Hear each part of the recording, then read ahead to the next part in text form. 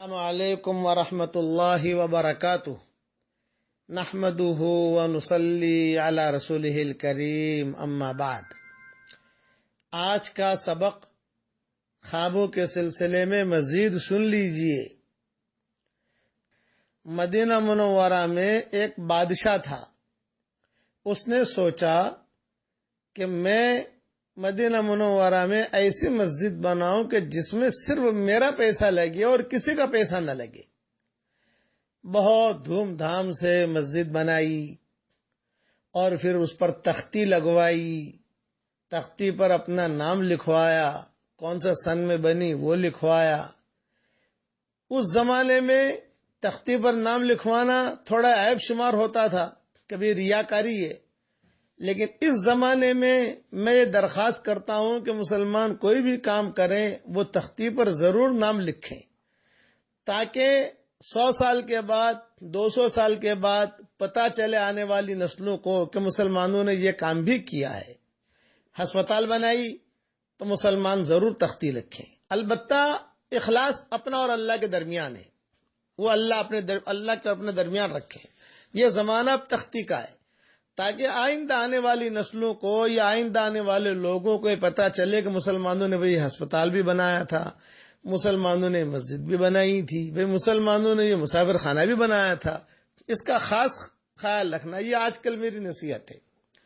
اب خلاصہ یہ کہ جب بادشاہ نے مسجد بنا دی اور اس کا افتتاح کیا، حرم شریف کے ائمہ آئے اور بہت بادشاہ خوش ہوا کہ میں نے مسجد بنائی۔ رات کو بادشاہ سویا، خواب میں دیکھا کہ فرشتے آئے اور تختی کے اوپر جو بادشاہ کا نام لکھا ہوا تھا وہ بادشاہ کا نام مٹا دیا اور ایک عورت کا نام لکھ لیا۔ بادشاہ بڑا پریشان کہ بھئی نام تو میرا نام لکھا ہوا تھا، یہ عورت کا نام کیسے آ گیا؟ فوج بھیجی کہ دیکھو کس کا نام لکھا ہے۔ یوں کہا کہ آپ کا نام لکھا ہے، کسی عورت کا نام لکھا ہوا نہیں ہے۔ خیر، دوسرے دن بادشاہ نے پھر یہی خواب دیکھا کہ عورت کا نام فرشتے لکھ رہے ہیں، بادشاہ کا نام مٹا رہے ہیں۔ پھر دوسری فوج بھیجی، انہوں نے آ کر یہی خبر دی کہ آپ ہی کا نام لکھا ہوا ہے۔ تیسرے دن یہی خواب دیکھا کہ فرشتہ عورت کا نام لکھ رہا ہے، بادشاہ کا نام مٹا رہا ہے۔ تب بادشاہ خود چل کر آیا، اس نے دیکھا کہ دیکھوں تو صحیح کس کا نام ہے۔ جب دیکھا تو بادشاہ کا نام تھا۔ چوتھے دن پھر یہی خواب دیکھا۔ اس لیے میں کہتا ہوں کہ مسلسل اگر کوئی خواب دیکھو تو ضرور کسی سے پوچھ لو۔ چوتھے دن پھر یہی خواب دیکھا تو بادشاہ نے وہ عورت کا نام یاد کر لیا۔ دوسرے دن عورت ڈھونڈوائی، کون ہے یہ عورت؟ تو ایک بہت بوڑھی عورت تھی، جہاں آج کل باب البقی ہے وہی اس کا جھونپڑا رہتا تھا، اور وہی جو اپنے جھونپڑے میں رہتی تھی، پولیس والے اسے اٹھا کر لائے بادشاہ کے پاس۔ بادشاہ نے پوچھا بھی یہ مسجد بنی ہے تمہیں پتا ہے؟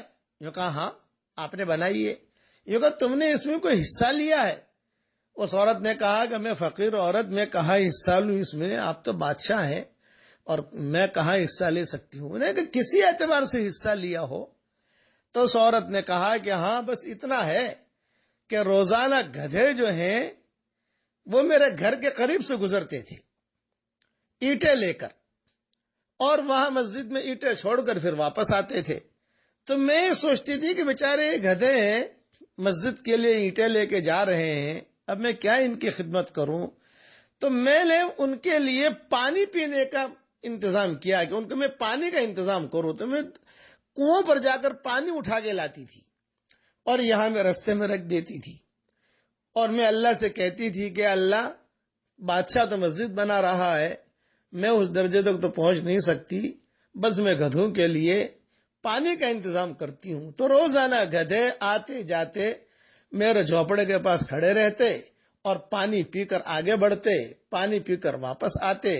یہ منظر میں دیکھتی، دو منظر دیکھتی کہ یہ گدھے جب روضہ اقدس کے قریب سے گزرتے تو سر نیچے کیے ہوئے ادب کے ساتھ گزرتے۔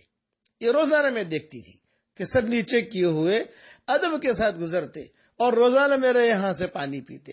بس یہ کہہ کر بڑھیا رونے لگی کہ اس کے علاوہ میں نے کوئی کام نہیں کیا۔ بادشاہ نے کہا کہ بس تو نے جو گدھو کو پانی پلایا، اس پانی پلانے کی وجہ سے پوری مسجد کا ثواب تیرے حصے میں آ گیا۔ تو اللہ کے یہاں جو ہے اخلاص دیکھا جاتا ہے، اندر کی نیت دیکھی جاتی ہے۔ اس سلسلے میں مزید مضمون انشاءاللہ کل بھی عرض کروں گا۔ اس وقت سخت بخار میں ہوں، زیادہ مضمون عرض نہیں کر سکتا، سخت بخار میں ہوں۔ اللہ تعالیٰ مجھے بھی شفا دے، اور جو میرے لیے دعا کرے اللہ اس کے سارے جائز مرادوں کو پوری کرے۔ والسلام علیکم ورحمۃ اللہ وبرکاتہ، وآخر دعوانا ان الحمد للہ رب العالمین۔